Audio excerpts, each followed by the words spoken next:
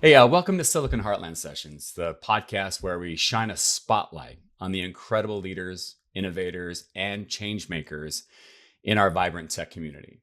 Now, here in the Silicon Heartland, collaboration is our superpower. It's the collective energy and spirit of our community that makes this region so special. And it's leaders like today's guest who embody that spirit and elevate it to new heights. So today I'm thrilled to welcome Todd Kaufman to the podcast. And Todd is the president and CEO of TestDouble, a software consulting agency known for its top-tier senior developers and product managers who embed themselves into teams to identify root problems and solve them from strategy to execution. And their expertise spans software development, product management, DevOps, and delivery, helping companies build better products and achieve their goals. So Todd, thank you for joining us today. It's an absolute honor to have you here. Yeah, thank you, Sean. Appreciate you having me on. Yeah, my pleasure, man. It's been a while, so been fun to catch up, and really looking forward to sharing your insights and wisdom with the community. I know they're going to get a lot of value out of it. So just to orient the conversation and sort of ground it in the topics really quickly, and for our listeners, today we're going to be talking about three big topics with Todd. We're going to talk about personal and professional development and wellness. We're going to explore Todd's career journey, lessons learned, and the habits that keep him at the top of his game. Leadership and community impact. We're going to be uncovering the principles that guide Todd's leadership and the ways he's working to leave a lasting legacy in the tech community. And number three, technology and ethical innovation, discussing what excites Todd most about the future of technology, what keeps him up at night, and how TestDouble is solving problems in meaningful ways. So let's jump right in. Sound like a plan? Sounds good. All right, man. So maybe we could just start a little bit by kind of reaffirming, what TestDouble does in your words, and what is, like, really briefly, what's your journey to becoming the president and CEO of TestDouble?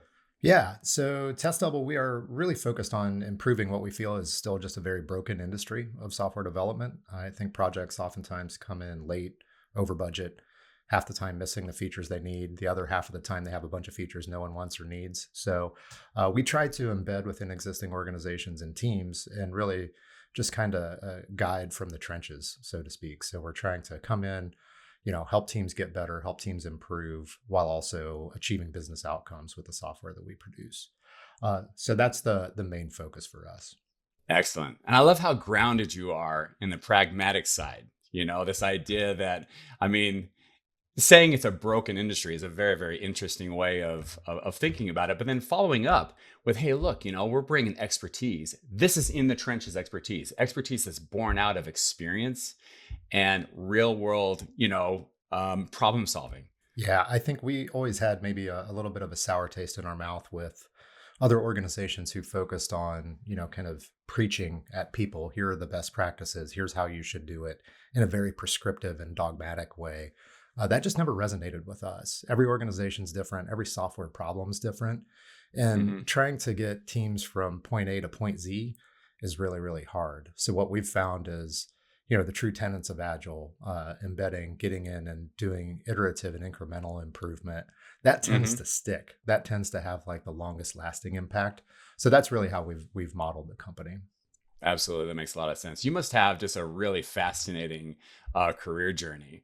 Earlier we were talking about the book Drive by Daniel Pink. And for those who haven't read this book, this is a book that is something that you've used within the context of your own career journey. And this book, it introduces a fascinating framework for understanding things like motivation, focusing on elements like autonomy. I know we're going to be weaving in concepts of autonomy throughout the conversation today, but it's autonomy, mastery, and purpose.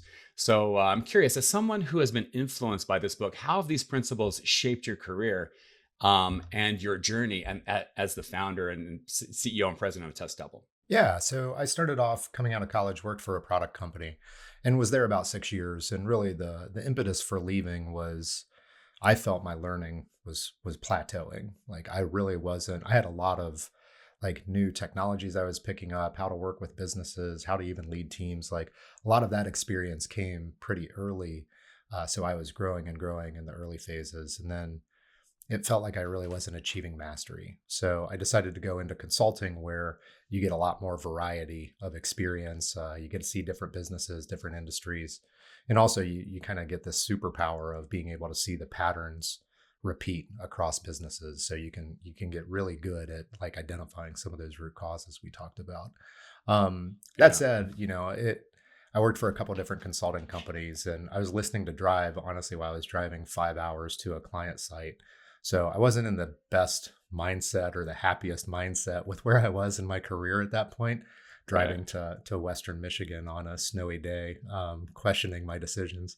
And really, Daniel Pink's book just spoke to me at my core to the point where I was like pulling over and like jotting notes furiously, like while I was listening to this book, because it just had Wow. such an amazing, simplistic, but like really resonant like message for me. And as I was reflecting on my career and my journey, it seemed really apparent that at that point, I didn't have mastery. I didn't have autonomy. And the purpose was largely making money for other people, which lo and behold isn't that motivating. So that was Very kind of true. the impetus where I really couldn't get out of my head, hey, we need to do something different. So in 2011, myself and my co-founder, he was also traveling back and forth to Michigan with me. And, one of those trips, he and I started talking about all of the root causes and of the projects we were on, and also of the organizations we were working with. And what we found was that we weren't going to be able to fix them within that organization. So it was time to change organizations. So we took the leap of faith, and so far it's worked out. Well, congratulations on your success. That's a really inspiring story. Thank you. Yeah. Yeah. If there's one thing that, when I think about your journey and sort of what resonates with me is it feels to me like you have this, sort of an undying desire to make things better, the processes that you're working on, the things that you're seeing. And, because to your point, you decided to take an entire career change to focus on solving all of these problems you were seeing as a consultant in a holistic way. Yeah, I mean, I think one of the other things I've picked up over the years is that's kind of the path, right? Like that's kind of the purpose of life is continually refining and improving and learning and getting better. And sadly, in our industry, in the software industry, you just see the same mistakes repeated and repeated and repeated, and it feels like just as a entire community, we're sometimes really not making any progress. It's one step Hmm. forward and three steps back, oftentimes. So that was, I think, a lot of the motivation, right? We knew that there were organizations that we could help. Whether they would pay for our services or trust us with their problems remained to be seen. But we Yeah, definitely knew that there was a problem out there that we felt we could solve. It was just a matter of we could connect the dots. that makes a lot of sense. So, as you've sort of been on this journey and landing at Test Double and so forth, obviously as the president and CEO of Test Double, you must have a different perspective now than you did. Obviously, you did what much different than you did when you started out in building products. Move into consulting, broaden your perspective. I would imagine you now have an even different perspective because I would imagine your motivations have changed as well. Yeah, very much so. I mean, I think I met at a restaurant one of my former CEOs who I would disagree with pretty consistently, who ran a consulting business. And I told him, I Yeah. was like, I really see from your side, from your perspective, a lot more now being, 13, 14 years in of running a software consultancy. Because I think developers have this pattern, anyways, of naively thinking they know the right solution to any problem, even if it's Yeah. outside of their experience. And that was definitely me early on with leadership and the consulting organizations I worked at. Now, when you see, hey, there's a lot of different trade-offs that you need to make, right? How aggressive are you with investing in new ideas and products versus like how conservative you are to kind of weather the bad times? Like there's hundreds of decisions that you have to make, week in, week out that can Hmm. drastically affect the outcome of the business. So Very true. yeah, it's different. My view has definitely widened as we've gone through the years. So I have a lot of empathy for both people on the business side and the software developers who are also posed with a lot of challenges. Yeah, excellent. So you've mentioned a lot here about, continuous improvement, empathy, and those kinds of things. As you kind of look back on your career, are there like certain habits or practices that you do on a regular basis that have sort of helped you refine your craft? And, how do they contribute to achieving a sense of mastery in your work? Yeah, I mean, I think point blank, like finding space in your schedule and time in your schedule to learn and grow is huge. And I know that when I haven't had that, that's when I've been most frustrated. It's when I'm stressed. It's when I'm, really just feeling unfulfilled in my day to day work. So part of what we do at Test Double is we have 10% of all of our consultants' time is devoted towards learning and growth and individual improvement. And that's not necessarily, going to be used building features for our clients. It may be exploring new technology. It may be brushing up on how to better communicate or take more leadership responsibility, whatever the case may be. But that time spent, sharpening the saw is as important as the time spent chopping wood. So regardless of your position in the organization, like we expect like somewhere around 10% of your time week in, week out to be spent furthering your own, career and growing your own self. Yeah, and you'd mentioned earlier when you were talking about Drive, listening to that book. Are you a big fan of audiobooks and podcasts? Yeah, I've found that. So then I was traveling back and forth to Michigan every other week. So I had about 10 hours every other week to dive in. So audiobooks made a lot of sense, Right. obviously in that case. But through the years, running or even just driving around town, things of that nature, it's a good way to consume some time and kind of further your own self with the little 30-minute, snippets here and there that you get. And then the amount of time it takes to pull over to Yeah, write yeah, down exactly. notes It does when extend the when you're really drives from, inspired. yeah, it extends the drives from time to time, but that's okay. Yeah, yeah, yeah. So, I'm thinking about your answer just around, carving out time, setting aside in your calendar to sharpen the saw. That's a very salient point. I think that, we could all use some inspiration relative to the way in which we go about, balancing the things that we do within the context of our career, but also the things that we do at home as well. So like work-life balance is really important. I think it's something that we all, well, I would say the majority of us probably don't do a particularly good job with, especially how it is. I mean, today we're hyper connected. It's really hard to get away from the office. It's so easy to be able to check emails and check in and so forth, even if you're on PTO and so forth. So, thinking about your own sort of mental framework, how do you balance your career? And obviously, it's a very demanding career with your personal life. I would think that really requires intentionality. So, how do you create that space to maintain balance and stay aligned with what matters to you most?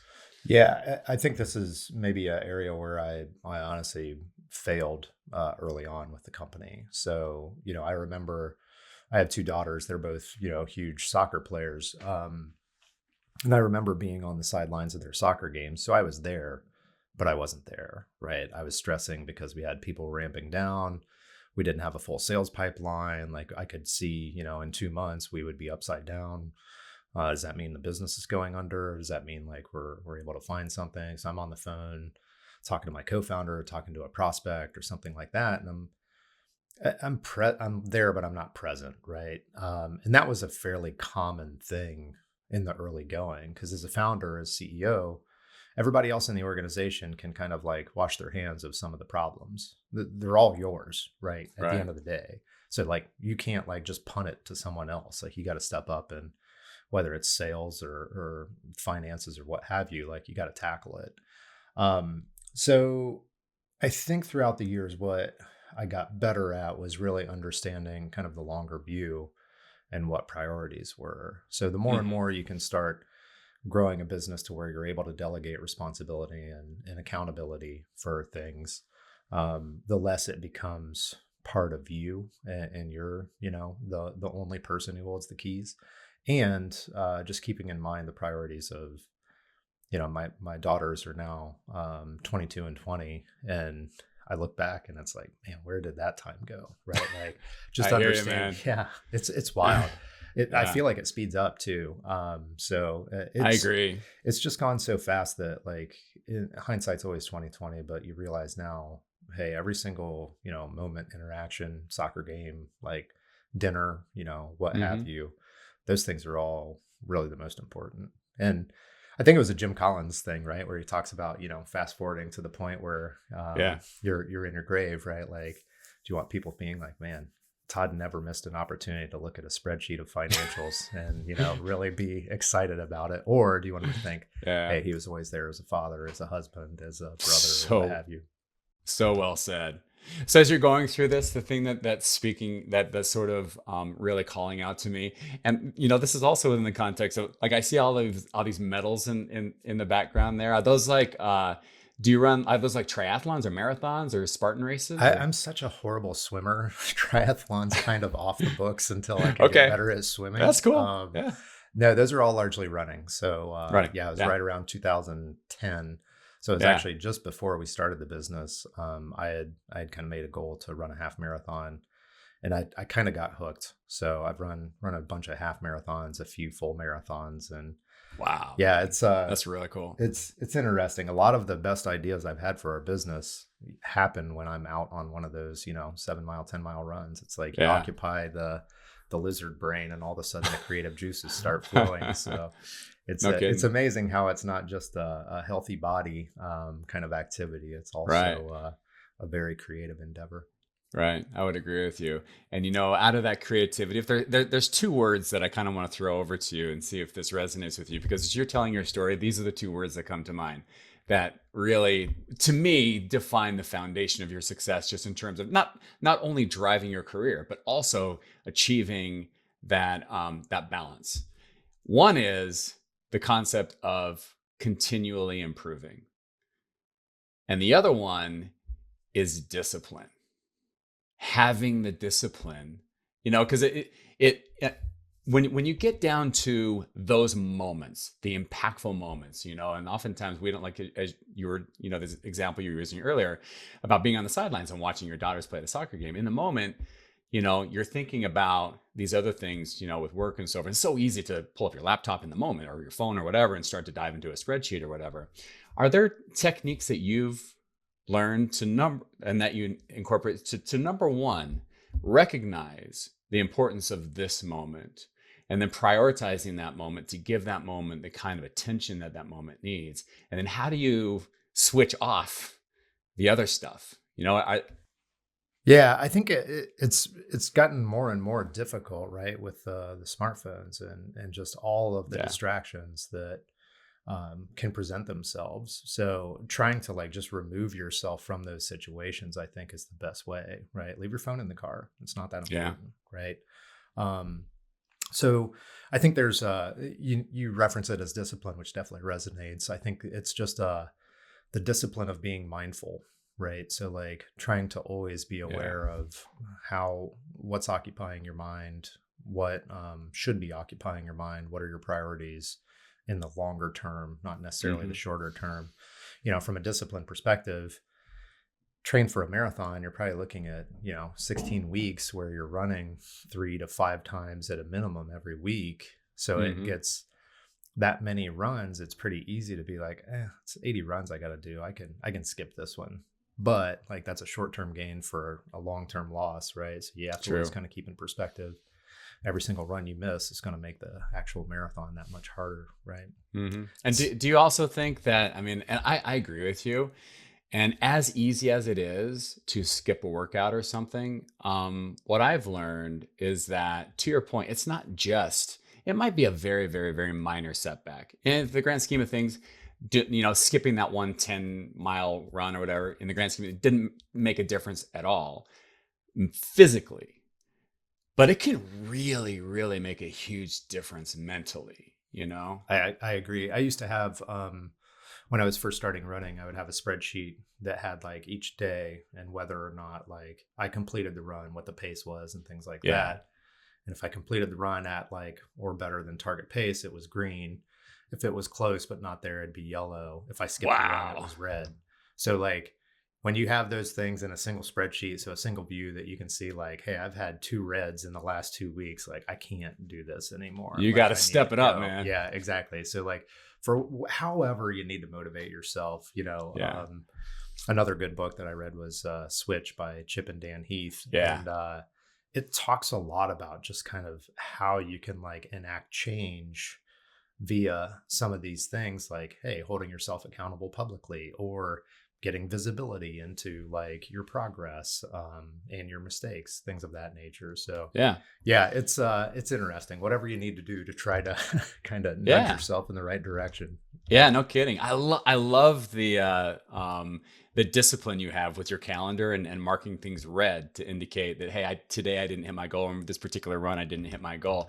Maybe we took that concept and sort of broaden our lens a little bit to kind of look at, just your day-to-day life, and in particular your career. I'm curious, at the end of the day, the idea is learning from your mistakes, being able to look back and go, okay, I didn't perform exactly as I'd wanted to in that particular moment. Why?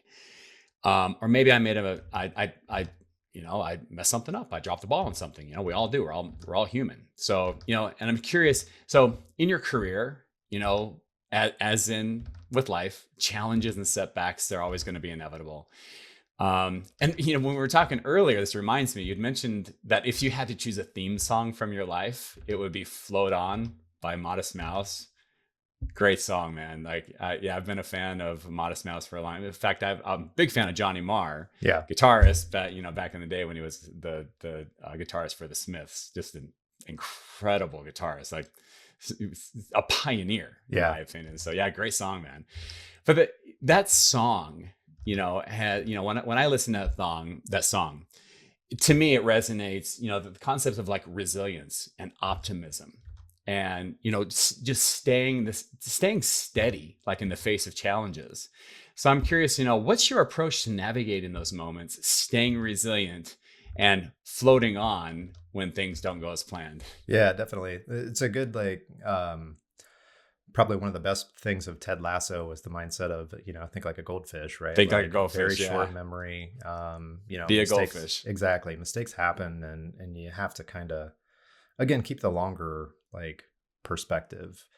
Some of the mistakes that I've had, you could write a book of all the mistakes I've made, either as an individual or as a founder of a business. I think early on we did a number of things like just hiring from within our networks, and that made a lot of sense. There were people we trusted, but they were also a bunch of white dudes, because lo and behold, our network was a bunch of white guys. So we wound up not having the level of diversity that we wanted to really be effective problem solvers as an organization. And we're still trying to battle back from those early mistakes, to be quite frank. Wow. Similarly, like as the business is going on, I have a tendency to hold all the Legos, right? Like I've done every role in the business. I'm not saying I've done them well, but I've done every role. So like, it can be hard to give up accountability and responsibility to others. And if you wait too long to do that, you drive people out, you limit their opportunities for growth, and you also like just put a lot of stress on yourself and make your job untenable. So like in both of those cases, though, you can see it reflecting back, or maybe you can see it in the moment. Best thing is to continue to improve, continue to change, right? Like I think that our mindset, that I've had as an individual and that I think we have as a business is, we're always in motion. Software development is an industry. It's never going to be fixed. It's never going to be perfect, right? It's going to be an asymptotic goal. So how do we just keep getting better and better? So I think when you have that mindset, like you said earlier, of continuous improvement, it gives you a little bit of leeway to make mistakes, learn from them, and pivot and move on. Yeah. Yeah. And you said the key thing there, learn from them. For those that may not be familiar with with that term from Ted Lasso about, being a goldfish, there's a scene in Ted Lasso. I'm a big Ted Lasso fan too. And anybody's listening who's never watched Ted Lasso, I really encourage. Such a great show. There's one scene in there where I don't remember the exact situation, but one of the soccer players made a mistake, missed a goal, or whatever the case may be. And Ted's advice to him was, he asked the question, do you know the happiest animal in the world? And he says a goldfish, because they have the shortest memory. So be a goldfish. And that really resonated. But you said something really, really key there. You want to remember the learnings. What was it that you learned? But yeah, I agree. Forget the mistake. And don't beat yourself up. I think that we're so good, and maybe it's just the way our brains are wired, but it's so easy to hold on to those mistakes and then use them as a way, as kind of a self-defeating kind of a narrative in your mind, because you're constantly thinking about, well, I did this and I was exposed and this person saw me make this mistake, and it must mean that have this perception of myself or whatever. And those are the kinds of things that you need to be a goldfish. Let that go. Yeah. Yeah. I think we have a tendency, right, to like label ourselves or identify based on a specific instance. And I think it's a little myopic, right? Like really what we are is constantly in flux, constantly in motion. So it's more about the vector, right? Like what are we pointed towards? How quickly are we getting there? It's not about really where we are at a point in time. Yeah. Yeah. Very, very well said. So there's a lot to be said for, not only sharpening this on, keeping yourself professionally motivated and professionally sharp and things like that. But I'm curious, how do you nurture your physical and mental well-being to stay energized and focused on the meaningful work that you're doing at Test Double? Yeah, I've really learned more and more. I could spend 10 hours a day working in the business or on the business and be less productive than I am if I spend an hour going to the gym, and then I spend, an hour getting away for lunch and going on a walk, and then I work 8 hours and I get more done. So I think that startup grind kind of, hey, everybody's working 60 hours a week to make the startup successful. It's all baloney. Like it's a bunch of garbage, right? Like you have cognitive depletion. So our industry is a very creative endeavor. So you need to get away. The more and more that I've invested in my physical well-being and my health, as I was mentioning earlier, the more and more creative juices are flowing, and I have, a bunch of ideas, not all of them good by any means, but I'm also more present. I'm more focused. I have more energy at the end of the day. So I'm actually getting more done.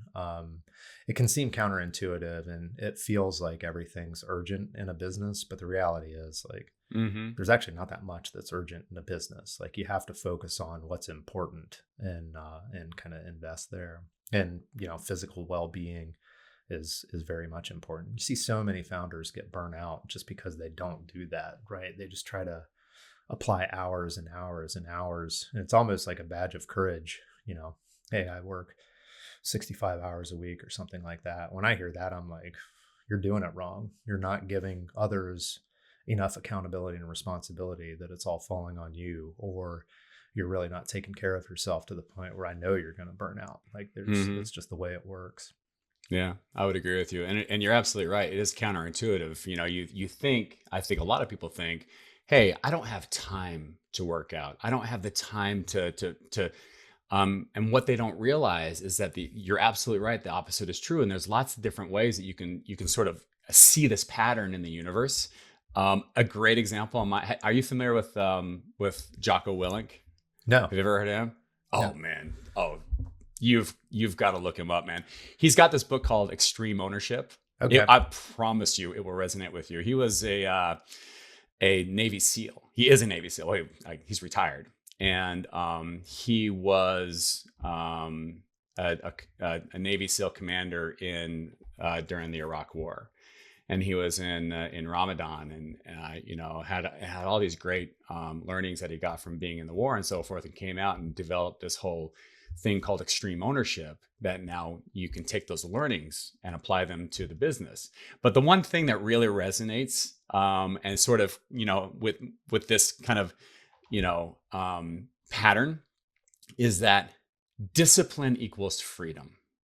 You cannot be free if you're not disciplined. And that sounds counterintuitive because you may think, you think, well, freedom means I can do whatever I want. It means, I can choose not to be disciplined. I can just be free. No, a really good example, if you don't get your workout in, if you don't have the discipline to get that workout in, it's going to very much limit your creative freedom. Yep. It's going to very much limit your emotional bandwidth, your energy, all these other things that kind of go along with it. It's amazing to me how I can do a 30-minute ride on the Peloton, or I can spend the next 10 hours stressing about the fact that I didn't do the 30-minute ride on the Peloton, right? And it's such a distraction. Yeah. It's like, just do the thing. Like, it's so much easier Yeah. to just get it done. The fear of the thing is always worse than doing the thing itself, right? Yeah. I'm with you. There's a term that so when the pandemic hit, I wrote this whole website and all this stuff, and I wrote all these blogs and stuff. It was all about personal wellness. Like back in 2014, I had my own, fitness journey Yeah. that I started on. I lost like 75 pounds Oh, wow. and all this. Yeah, and just to sort of reinforce what you're saying, I wrote this whole blog on this concept of focusing on the 95%. A lot of people won't go to the gym because they're focusing on they're focusing on how it's going to feel when they're working out. It's not going to be comfortable. I'm going to get sweaty. I'm not in the mood. I'm too tired. I'm this, that's the 5%. You're focusing what you should be doing, to your point, focus on how you're going to feel after you're done. Yep. And the productivity you'll have as a result, the 95% of the gains you'll be able to get throughout the day with this small little 5%, sort of investment in yourself. Yep. I 100% agree. Congrats to you also on losing 75 pounds. That's amazing. Thanks, man. Yeah, it was definitely a journey. So yeah, thank you. And so yeah, everything you're saying really resonates with me. So why don't we maybe switch topics a little bit and maybe get into your thoughts around leadership and your impact in the community. I'll just start by saying, hey, I'm really curious, and we've probably talked a little bit about this. I'm sure some of this is going to have to come down to things like ownership and discipline and things like that. But I'm curious around your leadership principles. How do you cultivate autonomy and purpose within your team to inspire their best work? Yeah. And again, this is something I've struggled with, right? So I talked a little bit about like me holding all the Legos, and it's valid. Like, I've done every role in the business, and at times I feel like I've done some of them well. So then I'm like really opinionated about how it should be done, or I'm really reticent to even allow others to kind of take on those responsibilities. That is 100% the opposite of being a good leader, right? Being a good leader means furthering the growth and leadership of others, right? Like it's about kind of like sharing what you've learned and experienced and helping others kind of operate in that model that's like right above what they're comfortable doing, right? So that they are growing and that they're kind of like experiencing this stuff, and you're getting new perspectives to solve a variety of problems there. I think that's probably one of the biggest ones that I've maybe struggled with throughout the years. I would say some of the other principles, I've always been very open, honest, and I think operated with a level of integrity. And I think that's like table stakes for leadership. Like, if you're not in being open with people about the information, if you're not like being completely honest with them, if you're not doing what you say you're going to do, like, they don't trust you, and you can't be a leader if people don't trust you. So I think those are some of the big ones. I think the others are really just being selfless, like being more concerned with the benefit of others than with yourself. Can sometimes seem in short supply with leaders, unfortunately, but I think it's also a key one. People don't want to follow those who are just interested in doing what's right for themselves. They want to know that somebody is looking out for them. Very, very well said. And the concept that I kind of want to dive into here is how important it must be to you to demonstrate those values by walking the walk and not just talking the talk.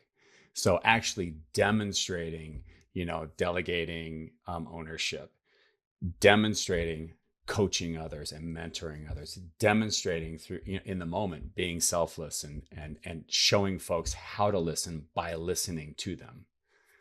Yeah, I think one of the earlier leaders who had an impact on me was Jack Stack. And I actually had a chance to meet him last year, and he's just as awesome in person as he is through his books and his talks and things like that.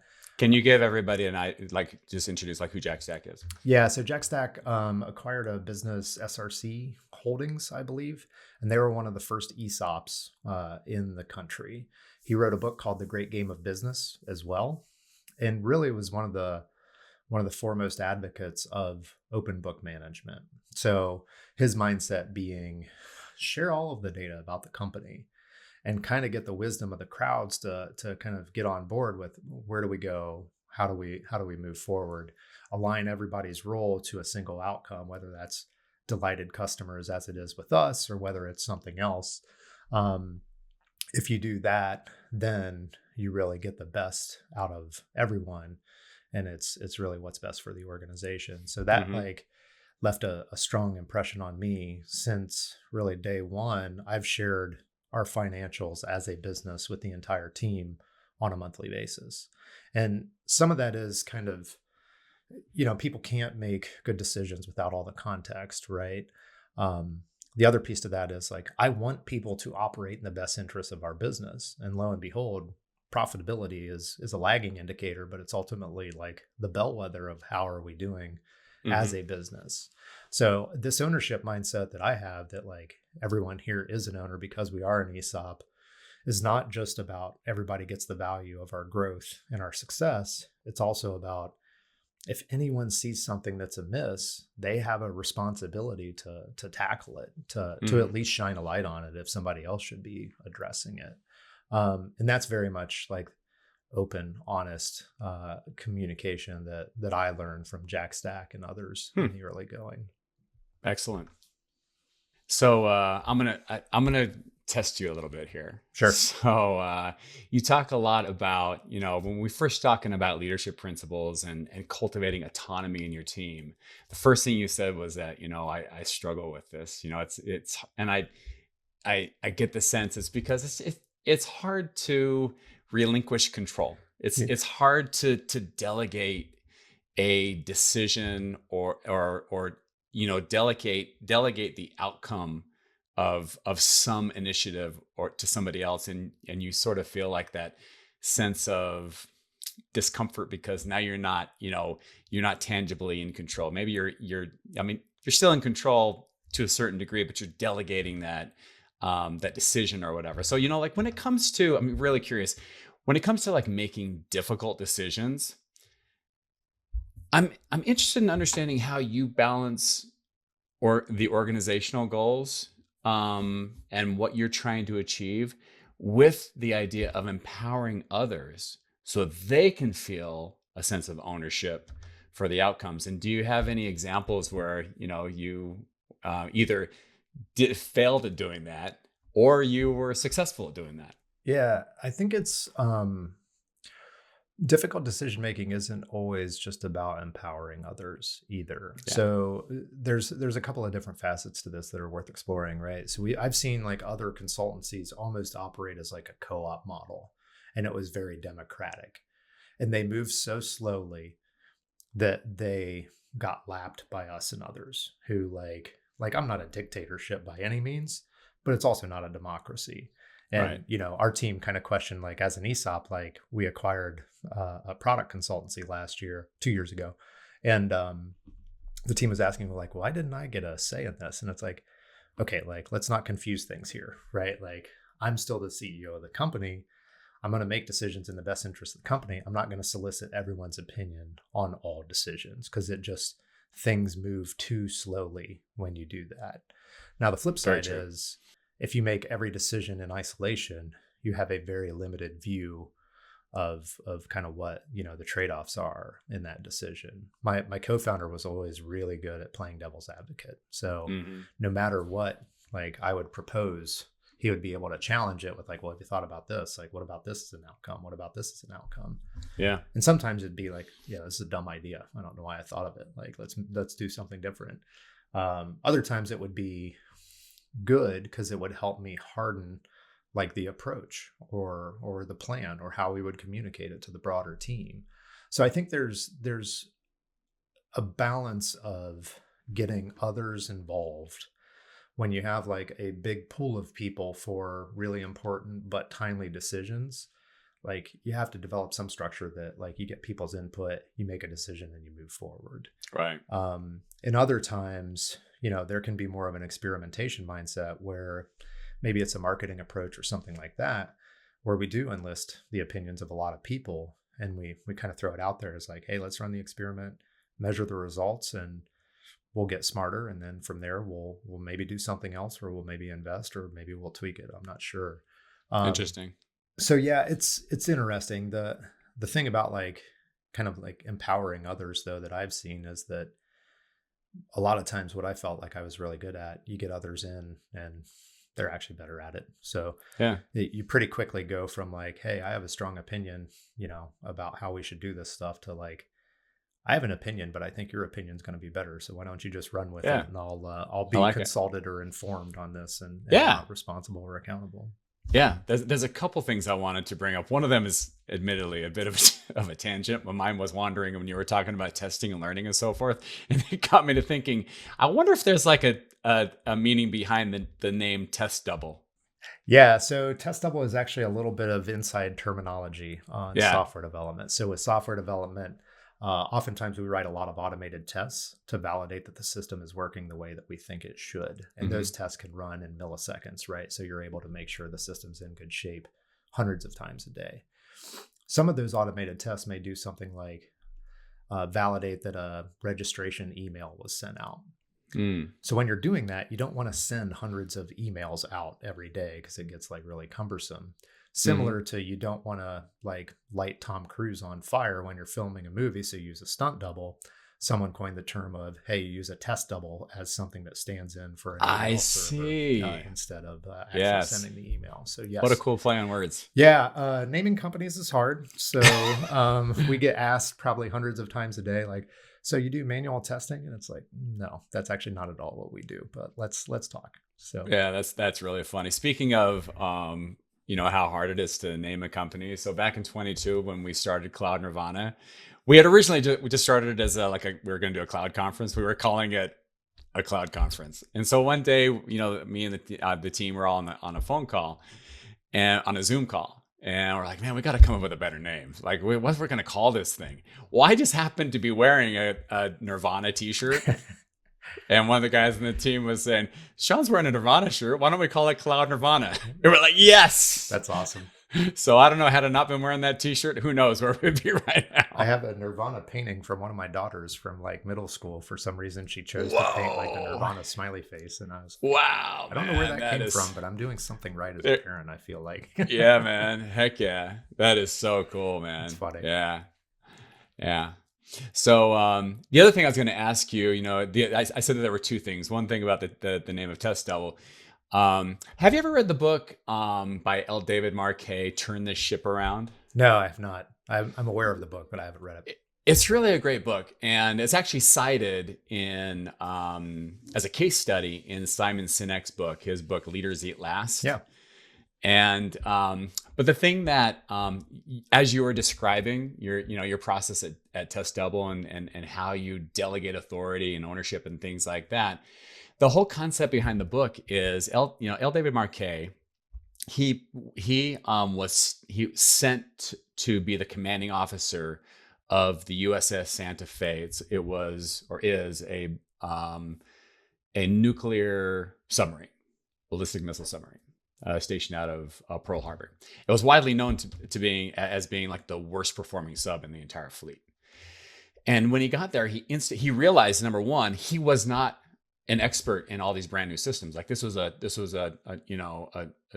submarine that was a next generation submarine from what he had experience with, and so there was a lot of things about he didn't understand. And he quickly realized that if in the traditional sort of military command and control kind of a model, he's just, number one, at best, he's just a bottleneck. Yeah. Number two, at worst, he there are certain things that he just felt like, I'm not qualified to make this decision. I've got experts on this ship. And so what he did was he instituted this concept of leader as opposed to leader follower. He empowered the entire ship to all feel empowered to be leaders within the context of their job, to the point where instead of them coming to ask him permission to do something, he would inform his, the sailors on the ship to say, this is what I intend to do. Yeah. And And so obviously, it gives the leaders and so forth an opportunity to guide and so forth, but it instills a sense of ownership within the crew. Yeah, So I think that yeah, makes a lot of sense. And we're trying to do that in yeah, some areas now. So yeah, I have heartburn when we're talking about, upcoming projects and like our existing staff. And it's like, hey, do we need to hire for this position? And people all yeah, look at me and I'm like, okay, something's broken here where you all either don't feel empowered enough or that you have all of the data needed to make a decision on when we should hire. Cause, right, this stuff can't all bubble up. I'm going to go on vacation for 2 weeks. Like, are we just not hiring people in those 2 weeks? Like, what are we doing? Right. So right, I think there's a number of reasons why people may feel like they can't make that decision. Some of it's context, which we talked about a little bit earlier. Some of it is, maybe just this dependency. They've always seen me make that decision. So they assume that, I want to be just the paradigm. responsible Yeah. for it. Yeah. So Hmm. I think you have to be really explicit in who should be making those decisions, who's responsible, accountable, consulted, informed, and then also validating that they have all of the information that they need to make one of those decisions. And then also kind of reminding them it's not a failure to like hire someone and then we don't have a spot for them, right? Learn from it, right? Like there's no failures necessarily if we're learning from all these mistakes. Right. So, and as we sort of think about, those moments where you have to be away and, Test Double needs to continue to make progress, needs to continue to thrive.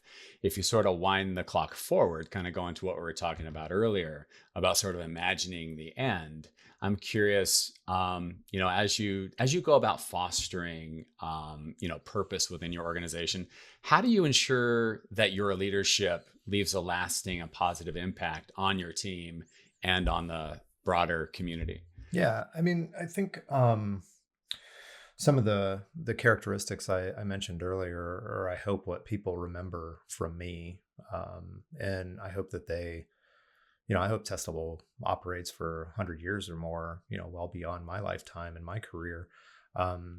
If I were to like fast forward 100 years out and see what Testable would look like, I hope it's still a business that always operates with a level of integrity, right? So I hope it's a business that always is in service of others, right? Hmm. So like it's not uncommon for us to tell a client, you do have a challenge in front of you. The solution is this over here. It's not us. Like, please go do this instead. Sadly, with consultancies, that can be, fairly uncommon because people are always worried about what's best for the consultancy and not best for the client. So Mm. that's maybe some of the bigger ones that I would hope I've imparted upon the team. I would say also the ownership mindset, if you haven't picked up on it, is also very important to me. So I think Hmm. that we need to have more and more businesses where it's collective ownership of both the challenges, but also of the outcomes generated. Right. So thinking about that legacy within the context of your business, if you sort of widen your lens a little bit, what role does Test Double play in, building relationships and supporting the larger technology community? Yeah, I mean we've stood on, kind of the foundation that many others have built throughout the years. I think the great thing with open source is we've seen, just rapid like advancements in productivity and efficiency and building a lot of the systems that we do because others have taken their time to contribute to open source. And, that's a big piece of what we do as well. That growth time I mentioned earlier, a lot of people will use that to invest in building more open source. And Hmm. we've always done a good job, I think, of sharing back at either conferences or meetups or via blog posts or what have you, things that we've learned along the way that will always continue. And I think that it's just key, right? Like I think if you look at this industry as relatively broken, if we're not all kind of like sharing back what we've learned and experienced, whether they're successes or failures, we're really just kind of keeping the process of evolving very, very slow. So I think it's our duty to contribute back. Yeah. Yeah, that makes a lot of sense. So, it feels to me like a lot of what you do not only within the confines of your business, like as an example, you talk about embracing open source and so forth. And sure, on the pragmatic end of the spectrum, there are solid business reasons as to why you'd embrace open source. I mean, let's face it, it's free, outside of, making sure that you're not running afoul of, the letter of the law in terms of the way in which a software is intended to be used, and you're going to be fine. But at the same time, it doesn't come without risk, you know? And so it feels to me like there's probably a bigger purpose for you investing in open source, because there's also the other end of the spectrum. This open source model has led to tremendous advancements in technology. And by investing in open source, investing in that community, and being able to give your creativity to that community, it sort of serves a bigger, purpose. Yeah, very much so. And I think it does build the community as well. So Ruby Yeah. and Ruby on Rails is some of our preferred tooling for building a lot of applications. Part of that is the community that developed for Ruby and Ruby on Rails. It was very welcoming. It's Yeah. very supportive. It's very much like a we, not me kind of mindset. And, I think that just resonates again with things that I was describing earlier, a level of selflessness and, openness that some communities don't necessarily have as much in the software Yeah. space. Yeah, I agree. Can you maybe share a time when, technology enabled, doesn't necessarily have to be open source technology, but just technology in general, enabled your team to solve a challenging problem, and how purpose drove that approach? Yeah, very much so. So we started working in maybe some of the smart energy space early on. And the more I learned about energy, the more I was amazed whenever I flip a light switch and the lights actually come on, because it's really just like a very challenging set of problems to solve. So at a Hmm. high level, like the smart energy space is interesting. They turn on, demand varies, right? So like middle of the day on a 72-degree day, people are probably not using that much energy. AC units aren't running, lights aren't on, things of that nature. This morning when we started this conversation, when it was like 18 degrees out in central Ohio, a lot of furnaces running, a lot of lights on and things of that nature. So demand is much higher. The way that a lot of these utility companies work is they basically turning on the most efficient generators first, moving to the least efficient generators. So if you can imagine a world where maybe those peaks of usage are trimmed down a little bit, it's more efficient to run those other generators, so the cost drops quite a bit. Now, think about this across like a region. What they're trying to do is to basically balance the load so that instead of these wild peaks and valleys, you have more of a steady state of usage. So think of 500,000, a million, 3 million different devices that are all consuming vast amounts of energy, communicating their usage back to a central system every 3 seconds, every 5 seconds. And then that system is actually doing like intense computations to understand, okay, who needs to like curb their usage? Do we need to bring another generator on? Things of that nature. So this whole smart energy space is like wildly complex. I believe And it. and we were able to use some technologies like Elixir that were really geared towards this like rapid like computational challenge, and able to like send out messages that were either curbing usage or whatnot, on a pretty frequent basis. So like it was just a really interesting like space. And again, it amazed me whenever I walk into a room and flip a light switch and the lights actually come on, because I'm like, man, this stuff is like, it's amazing what you take for granted, and there's Yeah. so much complexity behind it. Right. Well, and it sounds to me like you're, as complex and interesting as this space may be from a technology perspective, and from a, solving hard problems perspective, the other side of it sounds to me like the purpose behind it for you has to do with sustainability, and how are we maximizing the use of this technology so that we're minimizing the impact to the environment, essentially. Yeah, exactly. We had a consultant who, he had ramped down from an engagement, and it was kind of a not fantastically challenging or meaningful engagement, right? So as in some industry, you're taking a bunch of data in, storing it and you're doing something, right? Like it just wasn't like very meaningful. And he's like, I really would love a project where there's more purpose. And Right. one of the facets of the project that we're talking about was trying to create a system that would allow more renewables to be a greater portion of our energy supply. Hmm. So I remember talking to him like 6 months later. He's like, "Wow, you really like were able to deliver when I asked for a project with more meaning and purpose." It's like, well, this is Right. a good example of that, yes, but don't expect this every single project that we have Right. because these things are hard to find for sure. Yeah. So maybe we can use this as a springboard to sort of enter into a conversation about technology that, at its heart, I think we're going to find that there's a little bit of interesting tension that maybe we can sort of explore here. So we're talking about sustainability and so forth. Now, there are technology advancements, things like cryptocurrency, things like blockchain, and in particular, things like artificial intelligence, which is putting tremendous demand on our infrastructure and has resulted in tremendous increase in the use of energy and so forth. Just to power these generative AI, large language models, and so forth. So I'm not trying to nudge you in a particular direction. I'm really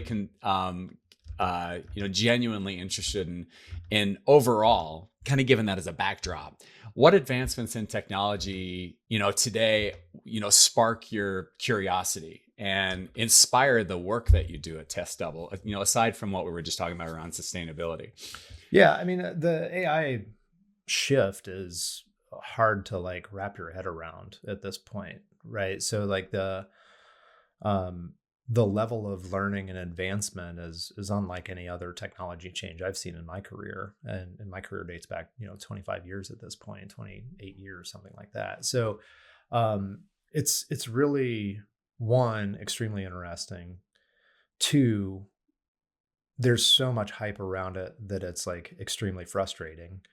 And three, it is like actively changing basically the jobs of every person at Test Double. So how we're trying to like look at it is, one, we get customers who come to us and say, okay, well, when can I like fire 80% of my developers because of AI? And I'm like, okay, like think less of AI as a cost cutting like means, right? Right. Think of it more as the problems you can solve in your business have now like widened, right? Like there's a lot more that we can do than what we were previously able to for our business, right? Have 120 consultants. We've had thousands of successful projects. Like, could we distill the wisdom and the learnings of those things to better support people who are newer to consulting, tackling the next problems of our clients, right? Like I'm not thinking of it as like, okay, well, now I can get by charging the same rates with, two consultants instead of four. I'm thinking of, how do I like improve the value that we're providing to our clients based on Yeah. some of this tooling? And I wish businesses just um, maybe had more of that mindset instead of the cost cutting mindset. Hmm. Because I don't know, I feel like people's responsibilities will change. So there will be some natural like efficiencies that come from this. But the things that are like really, I don't know, like interesting to me are how you can create someone to AI bot that plays chess better than our best chess players, right? Like there are certain problems that AI is better at solving than we are. So can you apply that towards something like renewable energy, right? So that we can figure out ways to maybe become a little bit more neutral with regards to the impact on the environment. Yeah, I would agree. Kind of going back to what you were saying about how, the mindset that some folks have around the use of AI. Um, I, I, I believe that we're having the wrong conversation because you're right. It's easy, especially, when we're looking at things through the lens of profitability or expense reduction and so forth, things that are obviously very, very important to the health and vitality of any company.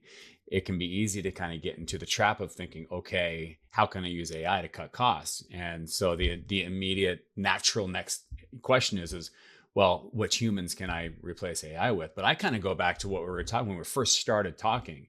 You said technology and software development, the work that we do, These are human endeavors, Yeah. you know? And I think, so going back to what I'm saying about having the wrong conversation, to your point, the right conversation in my mind is starting from the understanding that the work that we do is at its core, at its base, is these are human endeavors requiring not only human ingenuity and innovation and so forth, but a real understanding of what you're trying to accomplish from a business perspective. You said earlier about the importance of diversity. Why is diversity so important?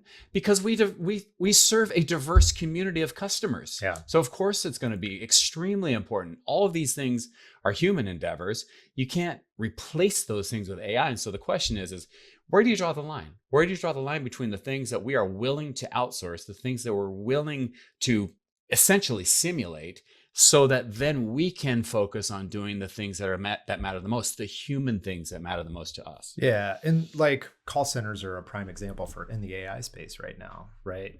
Chatbots are getting really good at like taking on a lot of what used to be manual call center tasks. Okay, cool. Like, Yeah. let's not say fire all the call center people, right? Let's figure out a way where maybe AI can help improve the training of those call center people so that when things are escalated outside of a Yeah. chatbot, you have a better level of service, right? Similar with software developers. Like what happened with software development with the introduction of AI and things like Copilot are the level of abstraction shifted up. But when I was in school, like I was doing things like memory management in C. So I would have to allocate memory to use and then make sure I deallocated it. Otherwise the system would crash after a while. Then it became, hey, you need to like really manage the threads that you use so that this thing can run on like multi-core processors. Oh yeah. We don't do any of that stuff anymore, right? Yeah. Because the level of abstraction changed. Precisely. With So well said. AI and these software development tools, like the level of abstraction is changing. Like we don't necessarily need to do a lot of what used to be rote work, but it doesn't change the fact someone still needs to be aligning what this thing is with an actual business problem that needs to be solved. Right. So I think there's going to be even more need for people to do that. But where the tool's at now, you still need to be able to peek under the hood and see what was created by AI, because sometimes it hallucinates and sometimes it just creates things that don't work. You Very better true, have man. a fundamental understanding of how software development works if you're going to be able to be productive with it. Very, very true. I kind of want to go back to your example of the call center. So, so I'm running our AI strategy. I work at Grange Insurance. Yeah. And last year I had an opportunity to shadow one of our call center reps. And I'm telling you, man, I was so fascinated. So I'm sitting there with headphones on. I can pass, all I can do is listen, and she gets a call from a policyholder that was unhappy. And I was floored because she was having this conversation with this policyholder, listening, empathizing, answering questions, but also helping the customer to understand kind of, the issue at hand and so forth. There were some billing questions and so forth. And so, but the thing that fascinated me the most was watching her in action, because she's having this conversation, but in the meantime, her hands are going a million miles a minute. She's pulling her up in CRM and looking up information, pulling up the policy admin system, taking notes, like literally taking notes and doing math, like writing little math calculations down and jotting down little notes so she could remember, looking things up.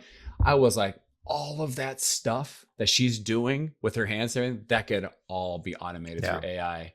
So to your point, we definitely don't want to get rid of the call center reps. What we want to do is leverage AI so that those call center reps can focus on the important thing, the conversation, and not just that. It's not just a better customer experience. We often, I think, forget about the associate experience and creating an environment where those call center reps can have more meaningful work. I mean, you could imagine an AI focused solution that helps that call center rep come up to speed faster. So like it helps train them very quickly. It helps take a lot of the drudgery off their plate so they can focus on being more empathetic. Or maybe it helps pick up on, the customer sentiment so that if they're not like actively listening and picking up on something the AI tool is like trying to like signal to them, hey, this is actually what we think's going on here, right? Based on a lot of other calls that we've seen. All these things you think could be a better experience both for the call center employee and the customer who's like actually making that phone call. Agreed. So I mean, I've experienced it, right? Like how many times do you get called on your cell phone from some like auto dialer and within 2 seconds and you're just immediately frustrated? People don't want that experience. People still want to know at the end of the day they're talking to another human when they have a real problem that they feel like they uniquely need assistance with. And that human is listening and that human cares. Yeah, I would agree with you. So you mentioned earlier about the whole concept of hallucinations and so forth. And obviously, there's a lot that we have to take into consideration, even in this one small use case. There are challenges that we face with the advancement where we are with the advancement of AI. It's prone to hallucinations. It can be prone to bias. It can be prone to all kinds of things. And I'm just curious, as a leader in the technology space, what ethical challenges or societal risks do you think we need to address in this, next wave of innovation? Yeah, I mean, ethically, like who owns the source code when AI is generating a certain percentage of it is something that I think was first and foremost on people's minds. So these LLMs aren't trained with just like stuff that's coming from your source code repositories, right? Like they're trained with like massive amounts of source code that's elsewhere that may or may not be under open source licensing. So is it ethical for you to have source code generated that's based upon others' work? Like, I don't know. I could see it not being, right. I don't think we're in danger of Skynet just yet, but there are some serious like outcomes that you like worry about. I think it was Bill Joy from Sun Microsystems, like lives in a cabin off in the woods because he accurately predicted like AI is going to become a force, and I see only bad outcomes when it is. I think there's definitely the ethical use needs to be a part of every AI project. Mm-hmm. And when we're even looking at things as simple as code generation, like you have to like pay attention to like what are the legal ramifications of leveraging Copilot or Cursor or any of these tools to generate more and more of your software in a business. Yeah, I would agree. Part of the challenge, I think, is that there's little transparency into the data that goes into these models that are built, and so it's hard to know at the end of the day what's being generated. Are there kind of the hallmarks of proprietary code or like you said, open source code that's under some licensing agreement or licensing model that may, kind of push the boundary in terms of its legal ramifications. And unfortunately, the regulatory landscape, the legislation that's out there is way behind the curve. Yeah. Well, the technology has advanced much faster than legislation 100%. Right? Unsurprisingly. So yeah, it'll be interesting to see. And it's definitely something that we're, cognizant of as we start using more and more of these tools on client engagements.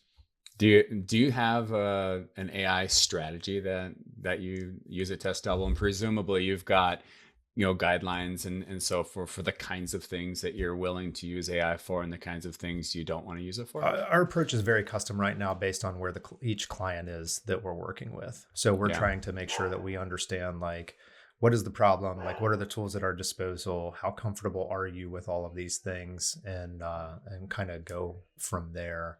From an overall AI strategy, I started off last year being really frustrated by consulting companies just trying to capitalize on the hype of it. You saw a big consulting company talk about they booked $1 billion in Q1 of AI work. And I'm like, that's nonsense. Like you just recategorized a bunch of work you already had as AI work and like, okay, great, good job.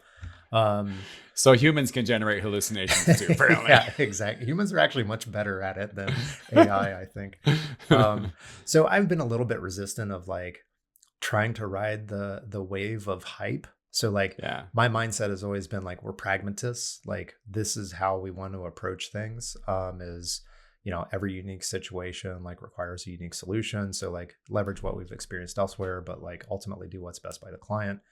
I think what we've seen in the AI space has been the opposite of that at times. That said, like in the last quarter, like we probably had half of our clients that were coming in either had Hmm. projects that were dependent on AI or their business itself was focused on AI. So it's just become much, much more of where software is going. Yeah. So for us, we're trying to really like stay on the cusp of what are people doing with these tools, and how does our business need to adapt to be able to Hmm. continue to solve problems and be a trusted partner for clients in this space. I love that. I love that. So just taking a very proactive approach, Yeah, you very know? much so. Yeah. I mean, the good thing about having as many consultants as we do now, like if we can do a good job of like consolidating our learnings, you can get everyone up to speed much Yeah. faster and more 100%. productive. Yeah. Okay. We've talked about a lot. We've talked about your, concepts around personal and professional development. We've talked about leadership. We talked about ownership. We talked about tech, AI, hallucinations, you name it. So now with all of that as a backdrop, maybe this is kind of an off the wall question. So, um, if you could teach a class on one subject, what would it be? And how would you use that platform to inspire, curiosity or growth in others? Yeah, I think the consulting in general is a very broad term. So I think it is prone to maybe misunderstanding a little bit, but that's where I really love working. So I would define it as maybe providing like outside perspectives, especially in the space of software, to companies that are trying to tackle hard problems, right? Like there's so much that goes into that, right? How do you really dive into leverage like a Deming's kind of like mindset of like addressing the systemic issues and the root causes?